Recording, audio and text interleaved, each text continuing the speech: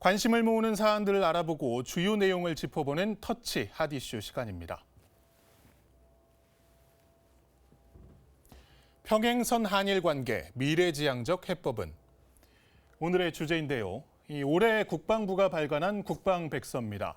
국민의 알 권리를 보장하고 국방정책에 대한 국민적 공감대와 투명성을 제고하기 위해 매 2년마다 국방부가 제작 발간하고 있습니다. 백서 내용 알아보겠습니다. 이번 백서에서는 국방교류협력 확대 방안을 소개하는 장에서 일본에 대한 표현이 격화됐습니다. 2년 전 한일 양국은 평화와 번영을 향해 함께 나아가야 할 동반자에서 올해는 평화와 번영을 위해 함께 협력해 나아가야 할 이웃국가가 됐습니다. 동반자에서 이웃국가로 한층 멀어진 느낌의 이 표현에 대해 국방부 관계자는 외교부 등 관련 부처의 협의를 거쳐서 결정했다고 설명했습니다. 2019년 불화수소 등에 대한 일본의 수출 규제 조치 등으로 냉각된 한일 관계가 국방백서에 반영됐다는 분석입니다. 강제징용 배상 문제와 위안부 문제까지 한일 간에 풀리지 않은 문제들은 양국 관계를 문서로 표현하는 백서의 내용을 바꾸기에 충분한 것이었습니다. 하지만 정부는 한반도 평화와 코로나19 극복 등을 위한 일본과의 미래지향적 협력 역시 지속적으로 강조해왔습니다.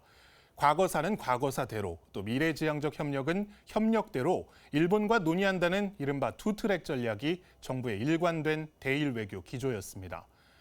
문재인 대통령은 이번 3.1절 기념사에서 과거사에 대한 비판보다 미래지향적 협력을 위한 관계 개선에 더 무게를 실었습니다. 과거에 발목 잡혀 있을 수는 없습니다. 과거의 문제는 과거의 문제대로 해결해 나가면서 미래지향적인 발전에 더욱 힘을 쏟아야 합니다. 문 대통령은 우리 정부가 언제든 일본 정부와 마주 앉아 대화를 나눌 준비가 되어 있다고 밝혔는데요. 7월 개최를 앞둔 도쿄올림픽을 북미와 남북 관계 개선을 위한 계기로 삼기 위해 대일 협력이 필요한 시점이라는 해석이 나옵니다. 여기에 미국 바이든 신행정부 출범에 맞춰 한미일 공조가 더욱 필요한 시점이라는 분석도 있습니다. 한일 관계 개선 의지를 강조한 문 대통령의 기념사에 일본은 한국이 구체적인 해법을 내놔야 한다는 기존 입장을 되풀이했습니다.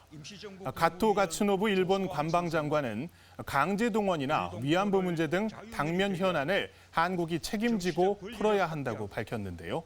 아직은 한일 관계의 평행선이 좀처럼 좁혀지지 않고 있는 모습입니다. 청와대 관계자는 문 대통령의 3.1절 기념사에 대해 과거는 직시하되 교훈으로 접근한다는 메시지 자체가 외교적 신호라고 밝혔습니다. 이제 일본도 경직된 자세를 버리고 전향적 태도로 노력해달라는 뜻이라는 겁니다.